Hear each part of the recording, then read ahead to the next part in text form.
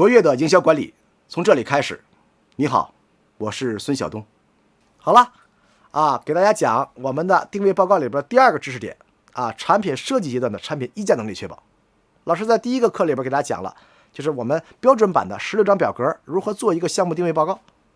那么你会做了，别的听课的学员也会做了，那么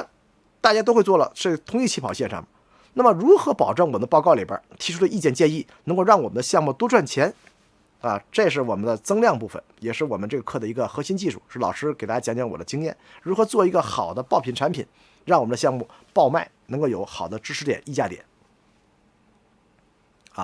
上节课给大家分享了，营销人眼里流泪就是钱在脑里进的水就是这个逻辑一定要贯穿于项目始终，就是我们一定要把设计人、工程人、成本人要记住一点，你做的产品是要卖的，你们要听营销的建议，千万不能一意孤行，一味的为了省成本，为了抢功，为了出图纸而出图纸一定要考虑这个房子怎么卖出去，这是很重要的。我们之前给大家分享过一个项目好项目4-3-2-1法则40%前测，30%产品，20%销售，10%是交付。很多项目没有进到销售已经输了，这个产品一经面世，不管多好的销售都卖不出去这个货和市场错位这是最可怕的一个事情了，想改根本就来不及，你不可能把房子全拆了，把进的件都退出来吧这是很可怕的一个事情。所以我们说真正的营销能产生溢价的在两个维度，一个是后期销售表现，那么更重要的就是前期设计你的产品是不是能具备有爆卖的这种能力。那么营销参与到前端去有一个很大的弊端，你不懂设计能看个 CD 图分清东南西北就很不错了，是吧？平力抛图能看出来这个结构墙和剪力墙，是吧？什么这个承重墙、填充墙就很不错了，是吧？那么我们这些个外行人怎么去到人设计单位里面提意见和建议去呢？人家一句话，这不符合设计标准，完了把你搪塞过去了。所以真正的营销人懂设计，必须要学会开3个会你要抓这个痛点、巧点。哪3个会呢？第一个叫做概念设计方案会这个项目有没有概念设计很重要。什么叫概念设计就是在整盘均好的情况下，能够出一些概念，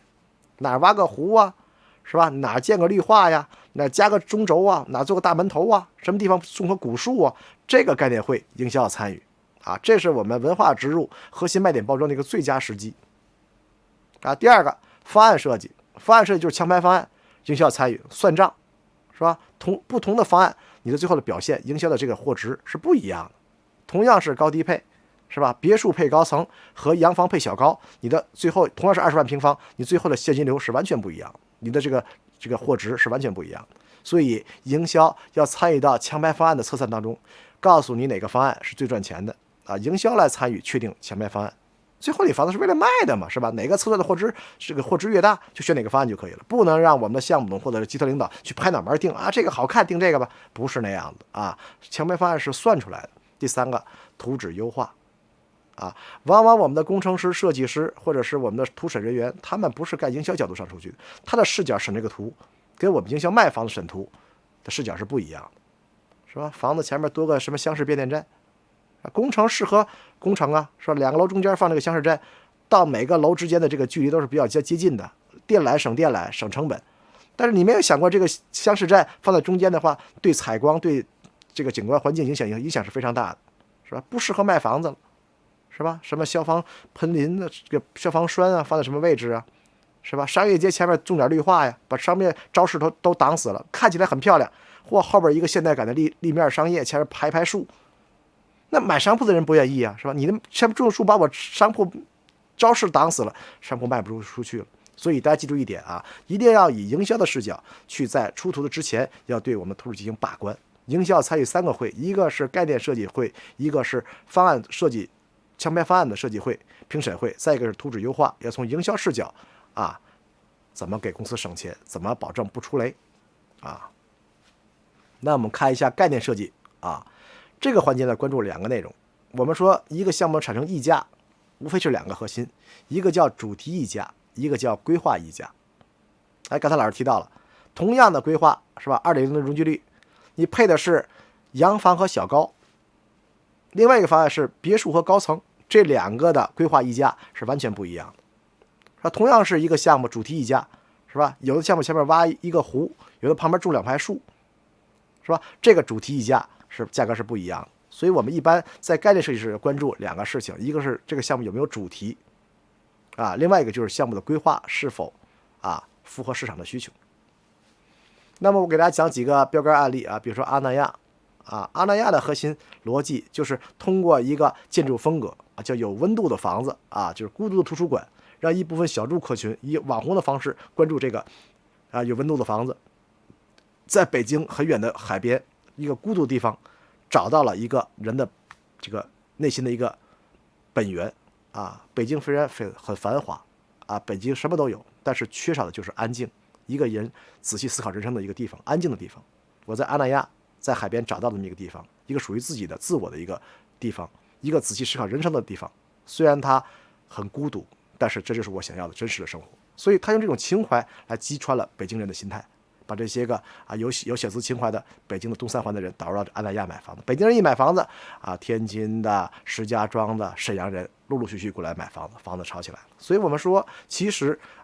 真正让项目产生爆品的核心来自于什么？来自于前端概念端，我们是否可以适时的借助这些个营销技术能力，在概念方案里边就要做出来。如果阿那亚在之前概念方案里没有做这套文化植入的话，他想在后期销售炒这个概念也没人信，没有这个建筑，没有支撑的包括我之前给大家提到的万科良渚文化村，这个项目做得非常棒，我去过 N 多次了。从13年、14年开始落地开始，到最后的它表现成型，一期期的就卖房子，我都在跟进，是吧？很简单，这个项目离主城区开车40分钟，是吧？穷人不关注配套不方便，富人不关注太偏，是吧？但是万科做了一个大胆的创意，是吧？向穷人兜售文化，等文化成型之后了，把文化再卖给富人，是吧？给那些穷人一个台阶，买不起主城区的人，在我这买不是丢面子，而是你是文化人。那么通过对人的方式，前期的几百个这个社区业主形成一个良渚文化的文化传承，文化出来之后了，让富人花钱买这个传承，前期几千块钱的房子，最后卖到2、3期的2、3万块钱，这个导入的这个方式跟穷人讲情怀跟富人讲文化，就是他的这个节奏感和客群导入的这种节奏感是非常非常棒的。你要把富人先导入过来，他是不给你讲圈层渗透的，他是不会在一起聚集来分享生活的，所以他是无法通过一期的这种别墅产品形成一个氛围的。所以我们说，就是万科的它的文化植入，抓住了一个这个人的一个脉络，通过人与人之间的这种关系来形成不同时期开发节奏和客群导入这种有效的匹配这是一个很好的一个这个优质项目方案设计关注内容总图最大化经济指标，规划设计是服务于谁的？同样是2.0，我们排除的这种产品的形态是千差万别的，所以一定要服务于市场，让营销参与排成什么样的方案最优化，把我们的土地分成若干个体块。这方面不都要学一个碧桂园碧桂园现在是我认为在土地利用率测算是最精细的一个企业在早些年碧桂园把一块地按照10米乘10米100平米一个单位，摆不同的产品放进去，看看哪个产品的议价能力最高。他们在拿项目的时候是有个精密的测算的过程当中的，要通过这方面测算来证明哪个强拍方案性价比是最优的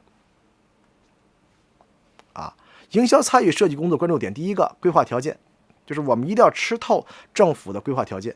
政府的规划条件里边带来的是政府对这个项目的预期，对这个项目规划的一个要求和判断。从规划条件里边可以能看出来政府的预期，比如说规划条件容积率 2.0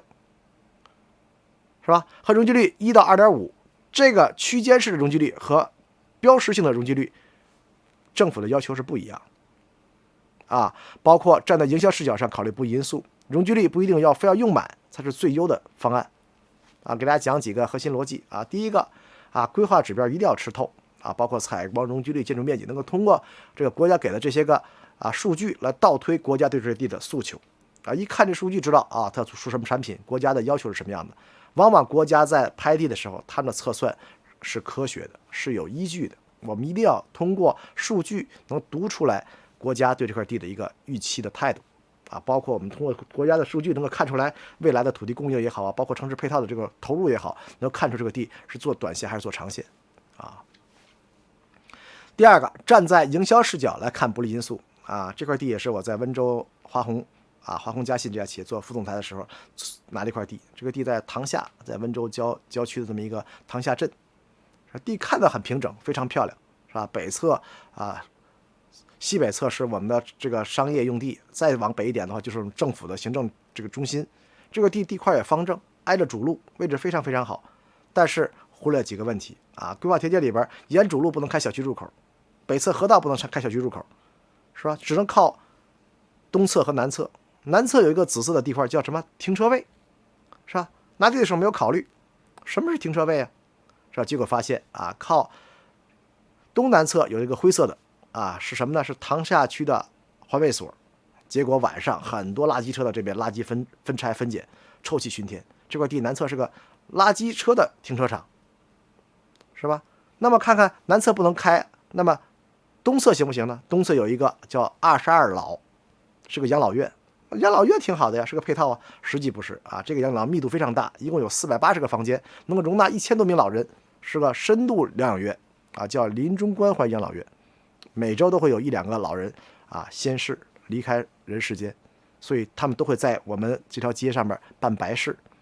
所以这个地块风险就极大。看上去前侧人给我们报的数据是非常好的，但实际上这个项目开发难度非常大，是吧？道路的西侧是主路，是吧？噪音粉尘影响，北侧是沟渠，不适合做配套，是吧？你做这个配套在北侧开口的话，什么顶管啊、电力、水利的配套啊，什么上水下水都很危险，是吧？东侧是个白石一条街，南侧是垃圾场。所以有的时候，如果你不深入的从营销视角来考虑这个地的话，觉得地是个很好的地，但实际上坑是非常大的啊。这个项目也是我在华虹时期做的一个项目，是吧？这就我们就跟设计部就会非常明确的一个博弈啊。这个项目我给的建议是弃容，是吧？因为这是给的最后一块别墅用地了，容积率是1到2.5，能出1的容积率，证明国家是对这个项目是可以允许你做低密度产品的，而且这个三岔河口自然景观非常非常好，周边全是别墅区，但是设计就不行，说我们要顶着做2.5的容积率，是吧？做满容积率，我给他算了一笔账啊，这个地区温州地区能卖别墅能卖4万5一平米，容积率是1的别墅能卖4万5，是吧？1万平米是货值是4亿5，你做3万平米的高层，容积率是3的话，1万平米的高层只能卖1万5一平米，3万平米货值还是4亿5。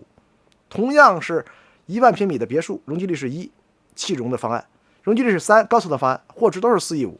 但是别墅方案一定是赚钱的，为什么？我们节省了建安成本。所以在不同时期，我们一定要根据市场的这个逻辑去检验市场，是吧？有很多开发商没有开发经验，甚至没有这种弃容的经验，总觉得容积率用的越满，利润越高，这个逻辑是完全错误的。啊，一定要根据测算，看看这城市里有没有特殊的溢价产品。当某类产品的售价比其他产品要有2倍以上的这个溢价能力的时候，我们要谨慎了啊！就这个项目有可能弃地，反而是利润最大化的。所以我们说，营销参与我们的设计的第2个核心就是要进入前排方案，不是我们要给他们审美建议，而是要通过测算的方式，通过市场的数据表现的方式来界定这个项目是否具备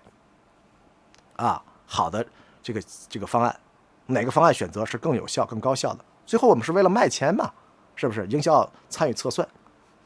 啊。第3个，户型配比、货值货量关系的研究啊。第一个，设计院的图纸是可以 PK 的啊。有很多的这些个设计公司给我们的方案，他为了懒不想改，所以总是给出这样那样的条件啊，过不去呀，不规范不允许啊。其实没有这么复杂啊。我做了这么多年的这个企业管理啊，做了4年的副总裁。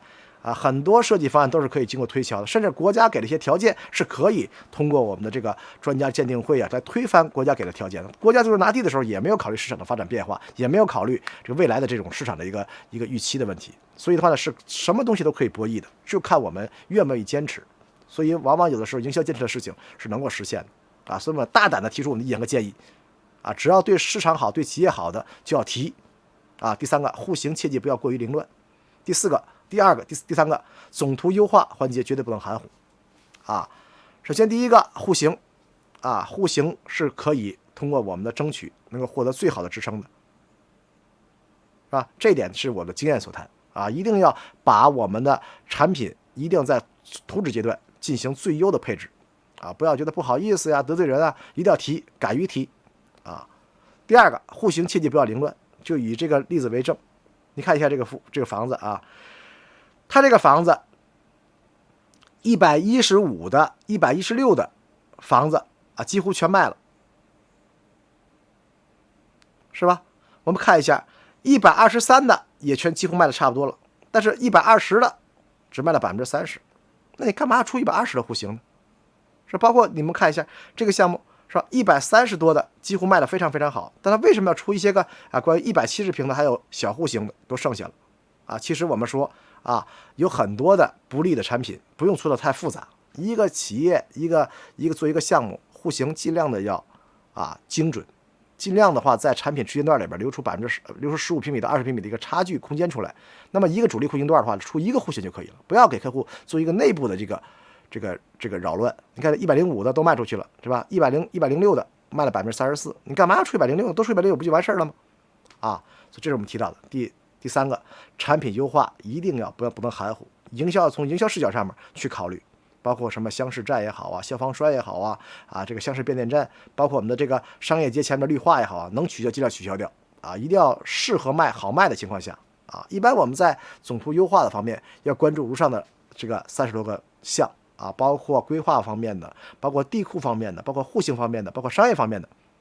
我们不做一一赘述了，还是希望大家在懂营销的同时还要懂规划懂设计，最主要的是懂市场懂老百姓的需求，要敢于在前端参与这些工作，敢于提出自己的优化建议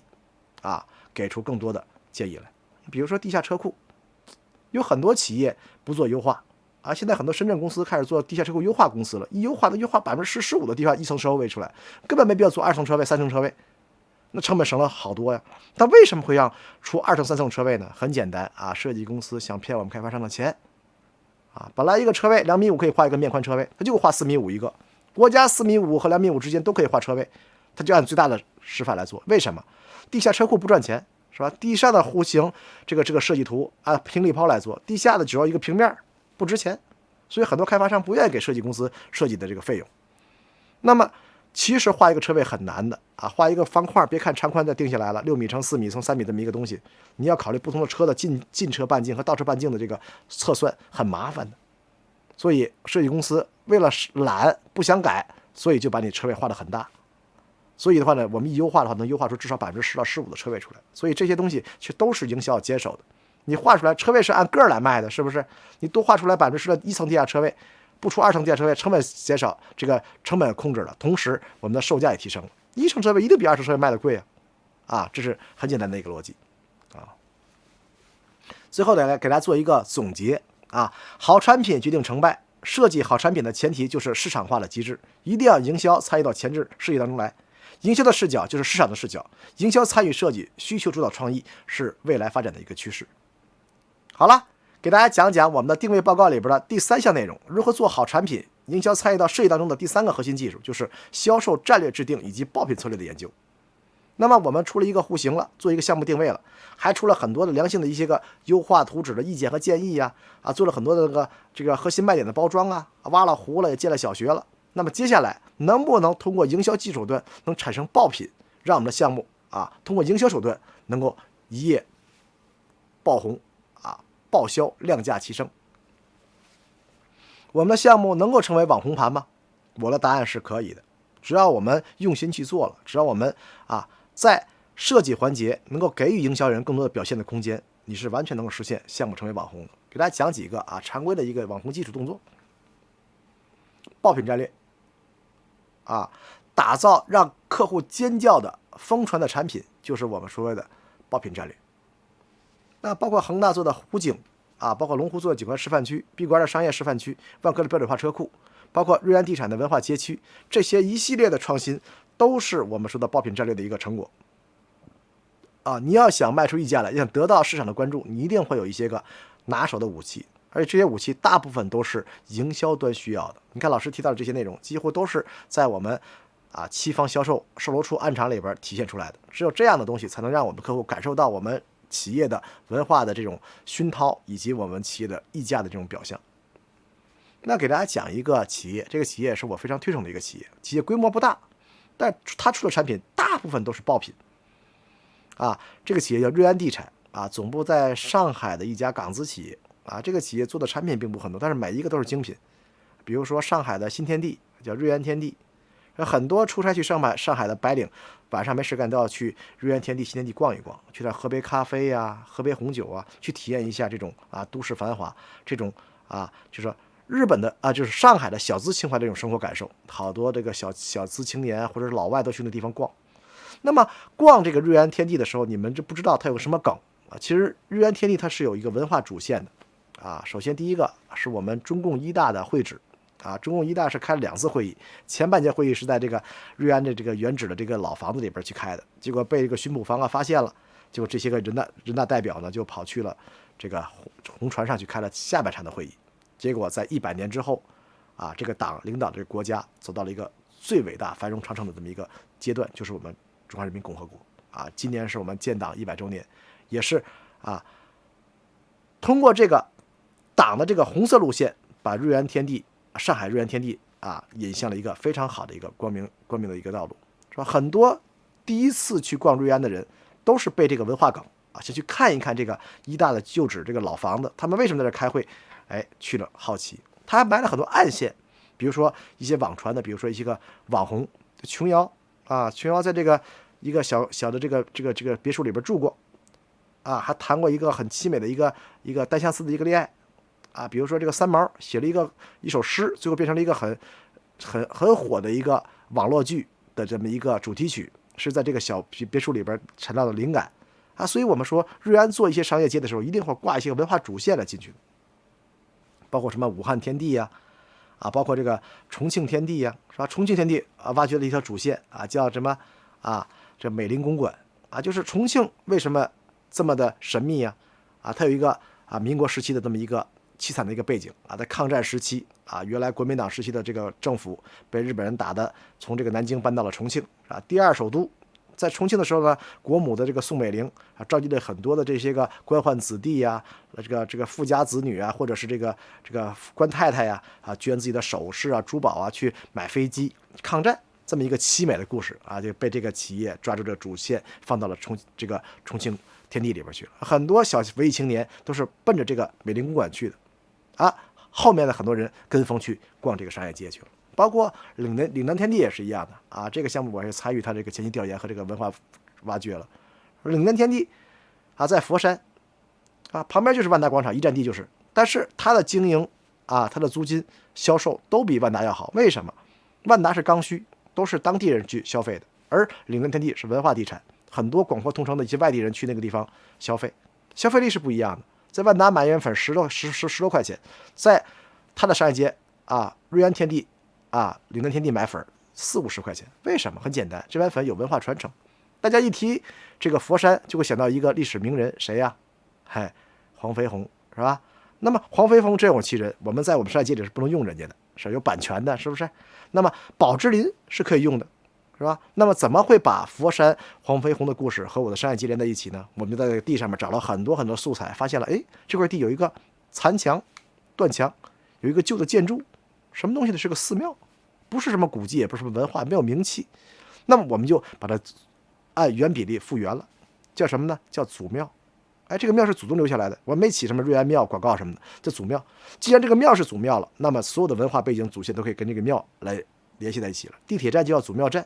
那么祖庙是佛山的祖宗留下的庙，那么所有的文化可以以它来传承。那么商业街的第一个店我们叫宝芝林，门口竖了一个铜像，这条街火了，是吧？旁边万达是刚需消费，我这是文旅地产，客群消费力高，替代率高，租金高，回报率高，所以房子卖得贵。所以我们说文化挖掘它不单单是建筑的文化，更多的是我们的文化传承。但这种传承的挖掘，市场挖掘，你靠设计，你靠成本，这些工程师是无效的，只能是营销牵制到这个地方去敢于下功夫，敢于去做文章，才能为你后来的销售讲故事创造条件。等你售楼处开放了，你再讲故事的话，你没这条件了，你别人也不信你的故事。所以但凡火的项目都会有一个很有效的前置的文化脉络的一个传入，就有一个部门，有一个专门的费用去研究它文化植入，在什么植入？时间植入，就是在你的概念设计的环节里面。所以定价不是溢价的保障，获取溢价在于推盘策略以及产品研发阶段能不能给你的项目带来文化方面的熏陶。那包括万科也是一样的一般做项目很少做地下停车库的展示的，有很多项目都是做什么样板间啊、示范区啊，但万科把停车库做出来，给我们的客群进行一个诠释。他们挖掘了一个逻辑关系啊，但凡有品质的客群，他们特别关注地下车库，是吧？首先车库是否安全，是吧？你看我们在香港啊，香港地区卖车位根本就不用宣传，你光大陆很多开发商车位不好卖。为什么不好卖？我们一味的宣传车位，买房能投资啊，买车位啊，是吧？啊，那个买车位不是这样子的啊。车位在香港人眼里来看，第一考虑是安全。在香港的经纪人卖车位啊，在我们深湾、浅湾、深水湾、浅水湾，一个车位地表车位能卖到1000万一个，是吧？车位是身份的象征，你有没有车位是你一个人身份的一个象征，是吧？地下车位卖一个车位啊，300万起步，是为什么？是吧？老板跟你说个事情啊，你身价过亿了，是个有钱是关注人物了，你花这2000万买个这个小房子，但是你必须要花300万买个车位，因为什么？是吧？香港富翁10大绑架案，是吧？有9个从地下车库绑走的，对吧？你是身份象征，你有钱人是吧？花几千万买这房子，是吧？你有儿子有孙子，你不能让他有危险啊，所以必须要买个 VIP 车位。所以人家不是卖车位，是卖你投资回报率的，卖的是什么？富人的标配，富人的属性啊，富人的安全性。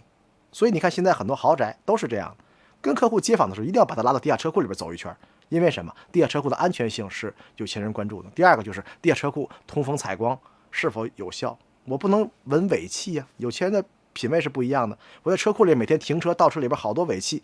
是吧？在这里边待3分钟、5分钟，是吧？我会身体不健康，孩子不健康，所以我的地下车库做得好与不好，跟你的小区品质是相当大的关系的。所以有时候地下车库的展示也是我们豪宅属性的一个很重要的一个标签啊。人万科就抓出来这个事情，在杭州啊几个项目都做地下车库展示，结果出现了一个企业的口碑上去了。你看人家万科，人地下车库做得这么好，这个项目品质一定很好，哎，打了一个客群的差异性。再讲一个小故事啊，这个企业是个小企业。在长沙叫德思琴，他把他的售楼处啊几百平米售楼处改造成一个书店啊，叫德思琴晚8点。这个书店是晚上开的，符合长沙人的夜生活，是吧？年轻人喜欢晚上出来，是吧？娱乐之都，这个书店来了很多客人，就是他刻意的安排了几个名人晚上11点多来到书店了。哟，看见何炅了，是吧？11点半来这看书来了，结果这个消息不胫而走啊，何炅是个文化人，是吧？白天拍完综艺节目了，晚上还来读书来了。结果何炅一来不要紧，大兵坐不住了，是吧？我晚上也去，12点也去了。结果名人却来这个书店了，镀金来了，名人一来了，粉丝都来了。结果这个地方成为网红了，大批年轻人来这个地方。第一个晚上聚会，觉得自己有文化气息，有文艺范儿；第二个是真读书的人，是吧？白天工作，晚上来学习，啊，把它变成了一个网红了。结果这一个售楼处开放了1年几十万人次的到访，最后从中窃取我们的爱读书、爱文化的人，把自己的项目包办成一个文化地标项目。最后项目全卖出去了，选择一些个公务员。公务员是最需要有一个文化气息的，因为我代表我的身份，科长、处长住在什么地方很重要，而且我是爱学习的人，所以买了德思琴的书这个产品。所以我们说，别看一个小小的书店啊，对我们的客群到访和客群植入，包括文化挖掘啊，支持是非常大的。这个项目啊，一夜而红。所以我们可能不会像阿那亚一样花几千万修海岸线，修个孤独图书馆，也不会像良渚文化村做这么宏大的东西，把我们售楼处几百平米包装个书店，利用当下年轻人80后、85后对文化气息的这种向往，而且他们的消费习惯是晚上出来，怎么样晚上出来，还要搞一个有文化的地方来接待我们，那么这个书店24小时书店就成为了一个很好的文化道场，夜间开放，吸引客户到访，效果非常非常棒。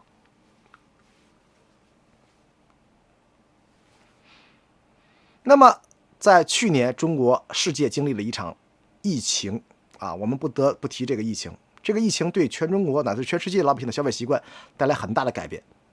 你们不知道你们企业在研究什么啊？在很多标杆企业都在疫情的这个阶段里边做了很多创新性的突破，是吧？我们每个家庭每一个人都在家里边隔离了100天，这是过去10年、15年、20年所不曾经历过的。以前我们的户型在过去10年越卖越小，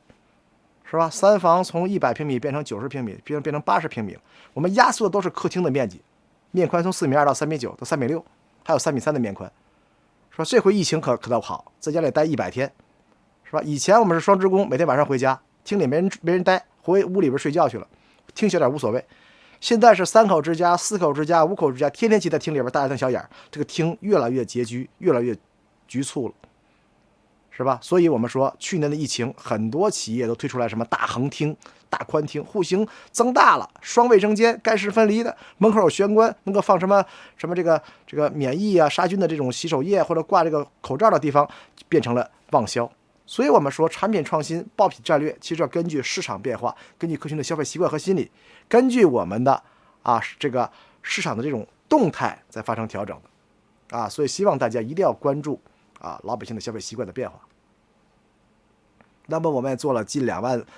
例的这个老百姓的消费的这个研究，发现在疫情之后，很多老百姓希望换掉现在的房子，户型不像以前那样越小越好了，宽敞大一点的户型，大宽厅功能性强的厅是非常受欢迎的客户调研希望有南北通透、通风好的户型的客户达到63%，因为疫情其实就靠空气来传播客户研究希望玄关加设洗手消毒功能占71%，能把这个厨房能把这个自来水上下水引到玄关来吗？你只要有这个功能，你就能跑赢同行。客户研究超过40%人对客厅功能不满意，无法满足住在家里的各种娱乐需求，是吧？储存空间不足是第一个不满。你有没有储藏室发现疫情期间好多道具好多生活的这个用品都增加了干湿分离的卫浴，强大的收纳空间成为硬需。越来越多人关注居家配置上的智能化，很多售楼处在去年是吧？扫脸式的归家之路，一扫脸门开了，一扫脸电梯来了，一扫脸回家了，不用按电钮，这个技术已经成为了我们当下的流行和时尚。一个区域里边别人没有，你有，你的房子就会爆卖，因为你是抗疫免疫的户型。要抓住时代给予我们的这个机遇，危机嘛，危就是机一个疫情让大家的防御心提前了，所以他们对这个健康产品更加的关注包括人脸识别语音提控声光控制这种免接触性的设计更受欢迎，包括了医疗配套、公共花园、餐饮配套、健身场所等需求更加关注。所以我们说，从去年开始，中国的产品力创新又得到了一个新的一个突破。疫情后，客群对产品力的健康化将成为一个非常重要的风口包括远洋推出了健康建筑体系，包括金茂在12项科技以上推出了一个 G5 的科技豪宅，针对疫情打出了很好的宣传包括我们说的这个朗诗推出了一个原来是3横后来又推出来一个5横技术对标德国、法国、英国的健康标准包括这个朗诗的5横健康住宅包括推广也做得非常有特点，包括我们说的这个中南地产推出了一个健康泰的社区包括这个绿地推出了一个健康住宅的建筑体系都是在疫情前后有效推出来的，对客户的吸引非常大。大数据时代，产品是否旺销是很大程度在于是否符合个性化客群的需求。种草式的营销模式下泛滥的当下，爆品战略是关键，就是希望大家能够在产品设计研发方面，让营销来主导产品设计营销的爆品战略来影响我们的项目，做好产品，做差异式产品，才能博得市场的认可。好了，我们这个章节关于项目产品定位设计环节的内容就全部分享完毕了，给大家做一个下集预报。下一节我们给大家分享全盘营销方案，就是在我们做好设计图纸之后了，我们开始卖了，开始建设了，我们的开发计划和我们的销售计划是否有效的匹配我们今天的课程就讲到这儿，我们下节课再见。